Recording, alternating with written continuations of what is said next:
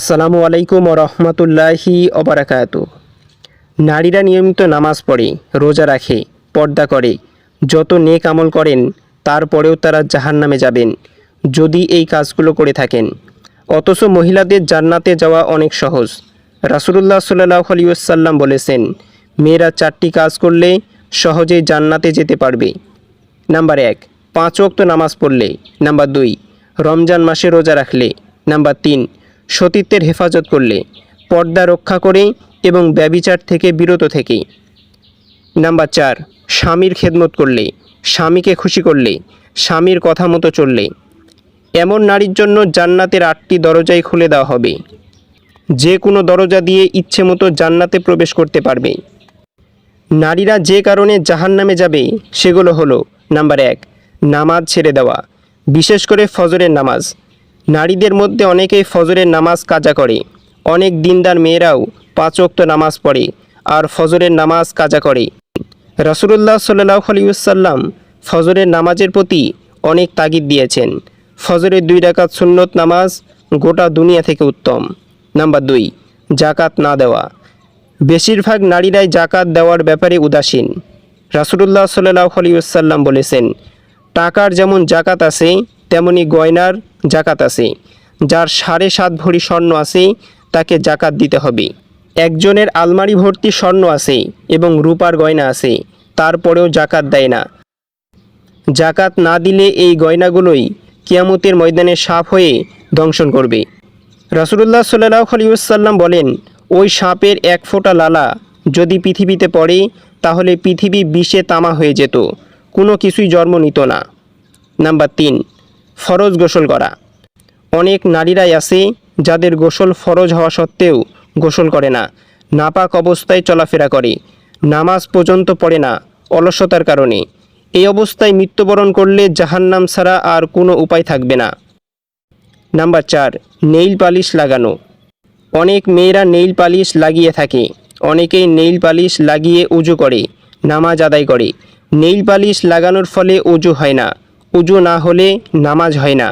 এই অবস্থায় নামাজ পড়লে উজু না করেই নামাজ আদায় করা হবে, যা গুনাহের কাজ। নাম্বার 5, বেপর্দায় চলা। অধিকাংশ নারী আছে যারা বেপর্দায় চলাফেরা করে, মুখমণ্ডল খোলা রেখে, চুল খোলা রেখে চলাফেরা করে।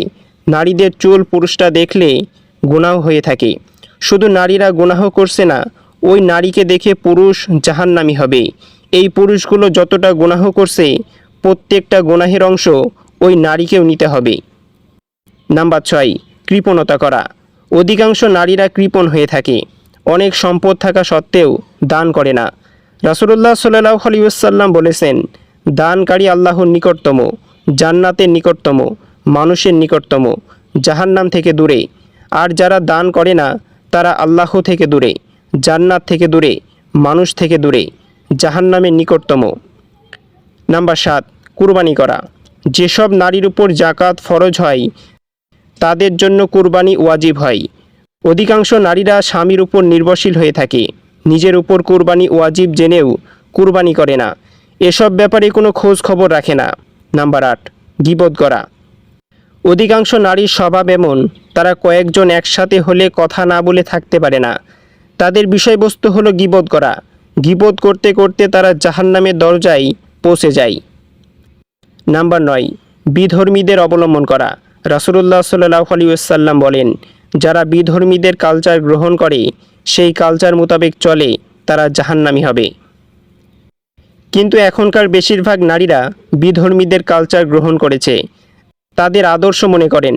কিন্তু আদর্শ মানতে হবে হযরত ফাতেমা রাদিয়াল্লাহু তাআলা আনহাকে, হযরত আয়েশা রাদিয়াল্লাহু তাআলা আনহাকে। নাম্বার 10, অহংকার করা। যদি কোনো নারীর পিতা ধনী হয় এবং তার চেহারা যদি সুন্দর হয়, তখন সে এতটাই অহংকারী হয়ে ওঠে যে তার সামনে কোনো নারীর সুনাম করলে সে বরদাস্ত করতে পারে না। অথচ আল্লাহ তাআলা পবিত্র কোরআনে বলেছেন, আমি তোমাদের মাটি থেকে সৃষ্টি করেছি আর এই মাটিতেই ফিরিয়ে নিয়ে যাব, অতঃপর মাটি থেকেই তুলে আনব। তাই এই সৌন্দর্যের অহংকার কোনো কাজে আসবে না। নাম্বার 11, অবহেলা করা। নারীদের আরও একটি বিষয় হলো অবহেলা করা। অধিকাংশ নারীরা তাদের স্বামীর কাছে অনেক আবদার করে থাকে, স্বামীরা তাদের স্ত্রীর আবদার কিভাবে পূরণ করছে সেদিকে খবরদারি রাখে না। স্বামীরা বৈধভাবে নাকি অবৈধভাবে তাদের আবদার পূরণ করছে সেই ব্যাপারে তাদের কোনো মাথা ব্যথা নেই। এটাও জাহান্নামে যাওয়ার একটি কারণ। নাম্বার 12, স্বামীর প্রতি অকৃতজ্ঞ হওয়া। স্বামীর প্রতি অকৃতজ্ঞ হওয়া যাবে না।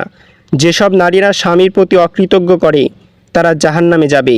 স্বামীর প্রতি সন্তুষ্ট থাকতে হবে এবং স্বামীকে ভালোবাসতে হবে। নাম্বার 13, মিথ্যা কথা বলা। মিথ্যা কথা বললে অবশ্যই জাহান্নামে যেতে হবে। মিথ্যা কথা বললে কখনো জান্নাতে যেতে পারবে না। নাম্বার 14, মন্দ নামে ডাকা। কখনো কাউকে মন্দ নামে বা কাউকে ব্যঙ্গ করে ডাকবে না। আল্লাহ তাআলা বলেন, হে ঈমানদার নেক বান্দারা, তোমরা একে অন্যের ভর্ৎসনা করো না, কাউকে তুচ্ছ তাচ্ছিল্য করো না। মন্দ নামে ডাকলে এই অবস্থায় যদি মৃত্যুবরণ করে তাহলে সে জাহান্নামে প্রবেশ করবে। নাম্বার 15, লোক দেখানো আমল করা। অধিকাংশ নারী লোক দেখানো আমল করে।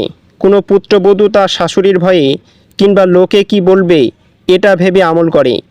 সেখানে আল্লাহর ভয় থাকে না, আল্লাহর সন্তুষ্টি থাকে না, যার ফলে তার আমলের খাতা হয় শূন্য। এসব কারণে অধিকাংশ নারীরা জাহান্নামে যাবে।